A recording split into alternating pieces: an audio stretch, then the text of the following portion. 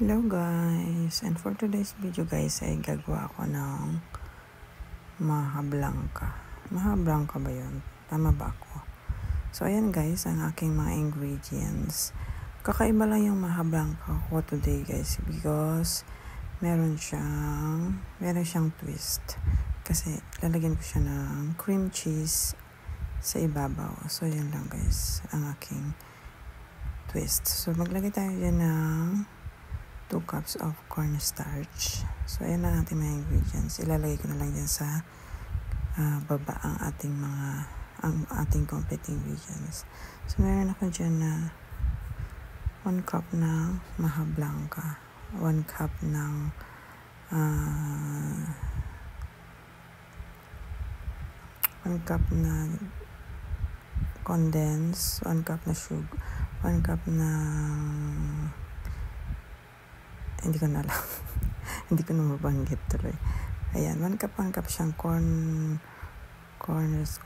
na yan. Yung corn cream, saka yung corn na as in yung buo-buo, saka yung 1 cup na condensed milk. And then, meron din akong evaporated milk dyan. Pero hindi ako gumamit ng evaporated milk kasi meron akong fresh milk. So, ang ginamit ko dyan ay fresh milk. Kasi marami kaming fresh milk. So, yun ang ginamit ko. And then, isang lata rin ng gata. So, bali, isa-isang lata yung ginamit. Isang lata ng condensed, isang lata ng evap, isang lata ng corn cream, at saka isang sweet corn. Yung normal na sweet corn na nasa kalata. And then, yung isang lata ng gata. So, yun. Isang lata lang. Kung gusto niyo naman dagdagan yung gata, pwede rin. It doesn't matter. So, mas masarap siguro siya. Mas masarap kasi mas maraming gata, diba? So, ako, isa-isang lata lang inilagay ko. So, ayan. Dinagdagan ko siya ng cornstarch kasi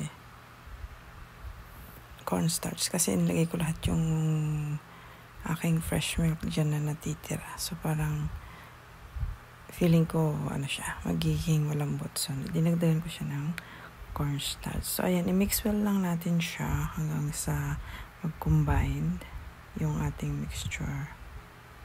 So, hindi ko na pala yan nilagyan ng sugar, guys, kasi ayoko nang masyadong matamis. So, ayan, i-mix lang hanggang sa matunaw yung cornstarch sa ilalim. So, after natin ma-mix, yan, make sure na natunaw na yung cornstarch natin. Saka ninyo isasalang. So, yan, halo-haloin nyo lang siya hanggang sa mag-slightly bahagya siyang kumulo. So, ayan. So, napansin nyo, hinalo-halo ko muna siya bago ko siya isinalang, no? So, after ilang minutes guys, eto na siya. Nakikita nyo, medyo creamy na siya. Malapot na siya. So, in that time, pinatay ko na yung apoy. So, pag pinapakulo nyo guys, is halo-haloin nyo ng mabuti. So, mekos-mekos lang. Huwag nyo titigilan kasi may tendency na masunog yung ilalim. Lalo na kung manipis yung gagamitin yung kaldero o kawali. So, ayan. Mix lang yan hanggang sa maging ganyan na yung consistency niya. Yung medyo malapot na siya. So, ayan na siya. And then, nilagyan ko siya ng 1/2 yan na butter. Para mas lalo siyang maging malinamnam. So, ayan. Mekos ulit natin siya. Para ma-melt yung ating butter. Kung wala kayong butter, pwede rin margarine.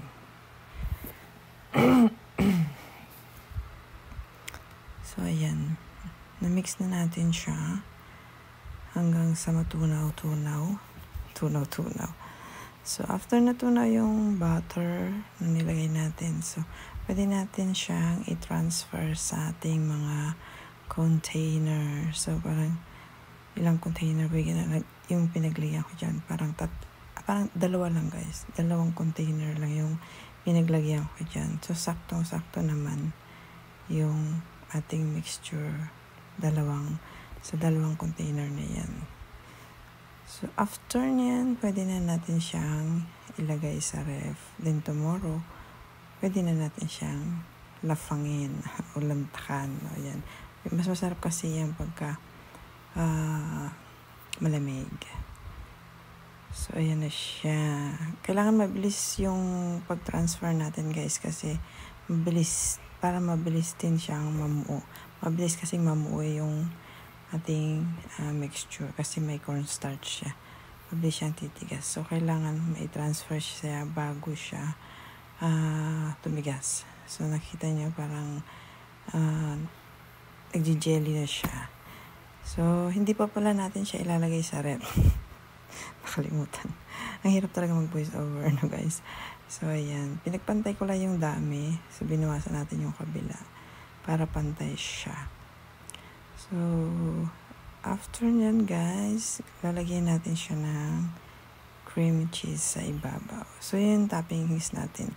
Pero usually yung nakikita nyo mga maha is ang toppings niya ay cheese, diba? Cheese as in shredded cheese. So, ang atin namang gagawin ngayon is cream cheese. Slice natin yung cream cheese. So, yung cream cheese dyan, guys, is nilagay ko sa freezer para mabilis siyang hiwain. Kasi kung nasa chiller lang, is mahirap siyang hiwain kasi nga, didikit-dikit siya. Diba? So, ayan. Nilagay ko yan sa freezer bago ko siya in-slice. Mas mabilis siyang i-slice kung pin-freezer niyo muna siya. So, ayan, nilagay natin sa top yung ating cream cheese. So, ayan. Be generous kasi pangkain lang naman natin to. So, hindi naman natin to bibenta. So, damihan nyo yung toppings nyo kung marami kayong cream cheese. So, sa akin, yan lang yung hindi naman dyan karami kasi yan lang yung nailagay ko sa ref. So, yan na pinagkasya ko. Pero, tamang saktong-sakto lang naman guys. So, yan, i-rep na natin yan. So, wait for another morning. For the morning. So, ayan na siya kinabukasan guys. Pagkikita natin kinabukasan, ayan na siya. Oh. Bigas na yan guys, medyo nag-firm na siya. Nag-firm na yung ating mixture. So, pwede na siyang lantakan. Pagka na-ref natin siya ng overnight, saktong-sakto na yan. For snacks or for dessert. So, iyan lang guys ang ating for today's video. So,